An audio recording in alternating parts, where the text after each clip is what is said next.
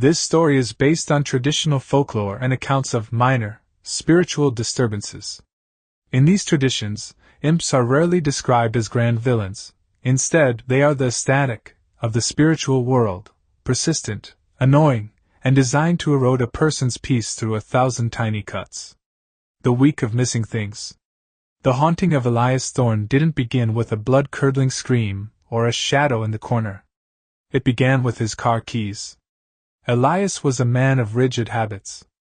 He kept his keys in a ceramic bowl by the door. On a Tuesday morning, they weren't there.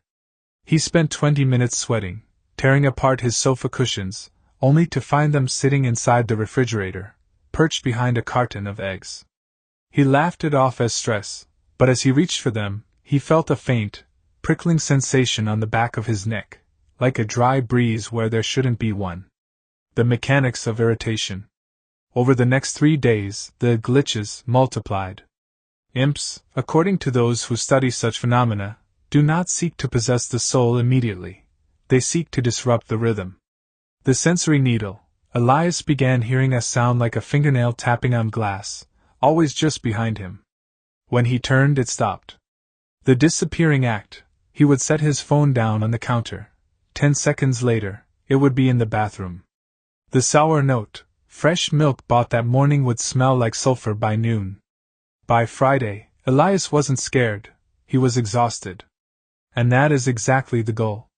Impish spirits thrive on low-level chaos. They are the architects of bad luck. They trip you on flat surfaces and make your computer crash the moment you hit save. The breaking point. The escalation happened on Saturday night. Elias was trying to sleep when he felt the bed slightly vibrate. Not an earthquake, but a rhythmic trembling, as if something very small and very hyperactive was huddling underneath the frame. He sat up and flicked on the light. The room was empty, but his bookshelf was in disarray. Every single book had been turned upside down.